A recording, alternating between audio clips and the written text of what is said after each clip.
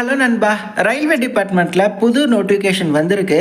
JE அதாவது junior engineer அப்படிங்கிற ரோலுக்கு. இப்போ ரீசெண்டாக ஒரு 10 நாளைக்கு முன்னாடி ஒரு வீடியோ போஸ்ட் பண்ணியிருந்தேன்.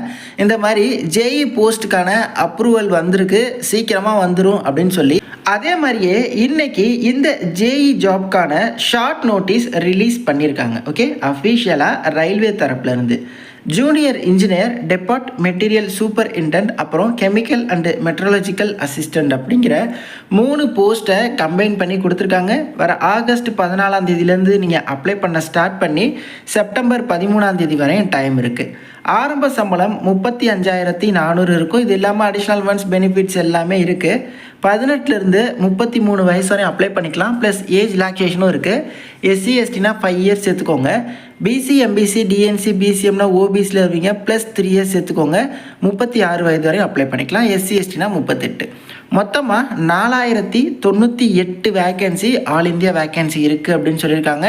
இதில் நம்ம தமிழ்நாட்டுக்கு எவ்வளோ வேக்கன்சி, ஃபர்தர் டீட்டெயில்ஸ் எல்லாமே அஃபீஷியல் டீட்டெயில்டு நோட்டிஃபிகேஷன் வந்ததுக்கப்புறம் தான் நமக்கு தெரியும். பட் நான் உங்களுக்கு இந்த வீடியோவில் எல்லா தகவலையுமே சொல்லிடுறேன். இது வந்து பார்த்திங்கன்னா எடுக்க போகிறாங்க அப்படிங்கிறதுக்கான நோட்டீஸ் கிடையாது, ஷார்ட் நோட்டீஸ். இதில் தேதி வாரியாக கொடுத்துட்டாங்க. இந்த தேதியிலேருந்து அப்ளை பண்ணி இந்த தேதியில் நீங்கள் முடிச்சுக்கலாம் அப்படின்னு சொல்லி. ஆன்லைன் மோடில் தான் ஆர்ஆர்பி சென்னை வெப்சைட்டில் தான்.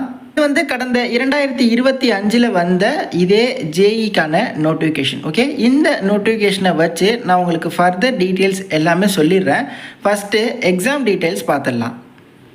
இதுக்கு CBT 1 CBT 2 அப்படின்னு சொல்லி 2 எக்ஸாமினேஷன் இருக்குங்க. 2 எக்ஸாமே நீங்கள் தமிழ்நாட்டிலே எழுதிக்கலாம். ஜாப் லொக்கேஷனும் தமிழ்நாடு தான். ஸோ ஃபஸ்ட் எக்ஸாம் 90 மினிட்ஸ்க்கு நடக்கும், 100 கொஷின்ஸு.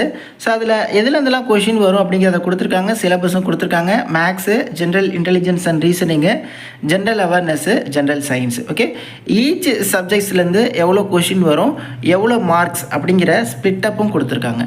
ஓகே, ஸோ இதில் நல்லா பர்ஃபார்ம் பண்ணுறவங்கள நெக்ஸ்ட்டு செகண்ட் ஸ்டேஜ் சிபிடிக்கு கால்ஃபர் பண்ணுவாங்க. இது 120 நிமிஷம் நடக்கும், 150 கொஷின்ஸ். அதற்கான சிலபஸ் டீட்டெயில்ஸும் கொடுத்துருக்காங்க. Number of questions and each செக்ஷன்ஸில் எவ்வளோ கொஷின்ஸ் அப்படிங்கிறதுமே கொடுத்துருக்காங்க. ஓகே, இந்த ஜூனியர் இன்ஜினியர் போஸ்டிங்கை பொறுத்தவரையும் நிறைய டிபார்ட்மெண்ட்ஸில் எடுப்பாங்க. எலக்ட்ரிக்கலில், அதே மாதிரி ஒர்க் ஷாப்பு, சிவிலில் எல்லாமே. ஓகே, ஸோ ஜென்ரலாக சொல்லணும் அப்படின்னா இந்த ஆப்பர்ச்சுனிட்டிக்கான குவாலிஃபிகேஷன் டிப்ளமோவோ இல்லை பிடெக்கோ, மெக்கானிக்கலில் முடித்தவங்க, எலக்ட்ரிக்கலில் முடித்தவங்க, எலக்ட்ரானிக்ஸ் இன்ஜினியரிங்கில் முடித்தவங்க, இது இந்த மாதிரி ஸ்ட்ரீமில் உள்ளவங்க அப்ளை பண்ணலாம். அதே மாதிரி சிவில் இன்ஜினியரிங் முடித்தவங்களுக்கு வாய்ப்பு இருக்குது. அதே மாதிரி இதில் பாருங்கள், ஆட்டோமொபைல், இன்ஸ்ட்ருமெண்டேஷன் அண்டு கண்ட்ரோல், உங்களுக்கும் இதில் வாய்ப்பு இருக்குது. அதே மாதிரி இதில் ப்ரொடக்ஷன் இன்ஜினியரிங் முடித்தவங்க, மேனுஃபேக்சரிங், மெக்கட்ரானிக்ஸ் முடித்தவங்க, ஸோ இந்த மாதிரி படிப்புக்கும் வாய்ப்பு இருக்குது. அதே மாதிரி பிஎஸ்சி ஃபிசிக்ஸ் அண்ட் கெமிஸ்ட்ரி முடித்தவங்களுக்கு அந்த கெமிக்கல் அண்டு மெட்ரலஜிக்கல் அசிஸ்டண்ட் போஸ்டிங்க்கு விண்ணப்பிக்க எலிஜிபிலிட்டி இருக்குது. ஓகே, ஸோ இதில் டிப்ளமோவோ இல்லை பிடெக்கோ, இதில் வெறுமனே மெக்கானிக்கல், எலக்ட்ரிக்கல், எலக்ட்ரானிக்ஸ் அப்படின்னு தான் கொடுத்துருப்பாங்க. இந்த எலக்ட்ரிக்கலை வச்சு வரக்கூடிய எல்லா படிப்பு தகுதி தான் electrical and electronics, electrical and instrumentation. அதான் என்ன கொடுத்துருக்காங்கன்னா, combination of any above substream of basic stream also eligible அப்படின்னு சொல்லி கொடுத்துருக்காங்க. இப்போ எலக்ட்ரானிக்ஸ் இன்ஜினியரிங்னு கொடுத்துருக்காங்க. எலக்ட்ரானிக்ஸோடு வரக்கூடிய electronics and communication, electronics and telecommunication, எலக்ட்ரானிக்ஸை வச்சு நீங்கள் படிச்சிருக்கீங்க, அதை காம்பினேஷனாக வச்சு படிச்சிருக்க எல்லா படிப்பும் தகுதி அப்படிங்கிறத அவங்க தெளிவாக கொடுத்துருக்காங்க. ரயில்வே டிபார்ட்மெண்ட்டில் இந்த டெக்னிக்கல் வைஸ், உதாரணத்துக்கு electrical department, civil, design and work shop, இந்த மாதிரி டிபார்ட்மெண்ட்ஸ்க்கு தேவையான வேக்கன்சிலாம் ஜூனியர் இன்ஜினியர்ஸ் எல்லாருமே இந்த நோட்டிஃபிகேஷனில் தான் ஃபில் பண்ணுவாங்க. ஸோ இதற்கான ஷார்ட் நோட்டீஸ் 2026க்கானது ரிலீஸ் ஆகியிருக்கு. கொஞ்சம் வெயிட் பண்ணுங்கள், டீட்டெயில்டு நோட்டிஃபிகேஷன் வரட்டும். அதையும் நான் ஃபுல்லாக எக்ஸ்பிளைன் பண்ணிடுறேன். எவ்வளோ வேக்கன்சி நம்ம தமிழ்நாட்டுக்கு, எதில் வேக்கன்சி வந்திருக்கு, அதுக்கு என்ன குவாலிஃபிகேஷன் எல்லாமே. அதே மாதிரி இப்போ உங்களுக்கு ஒரு ஐடியா கிடைக்கும் இந்த வீடியோவை வச்சு. ஓகே, இந்த எலிஜிபிலிட்டிக்கு இந்த நோட்டிஃபிகேஷன் இவ்வளோ வேக்கன்சிக்கு இருக்குது, ஸோ நம்ம இதை ப்ரிப்பேர் பண்ணலாம், எப்படி ப்ரிப்பேர் பண்ணலாம் அப்படிங்கிற மாதிரி உங்களுக்கு ஒரு ஐடியா கிடைக்கும். அதுக்காக தான் மெயினாக இந்த வீடியோ.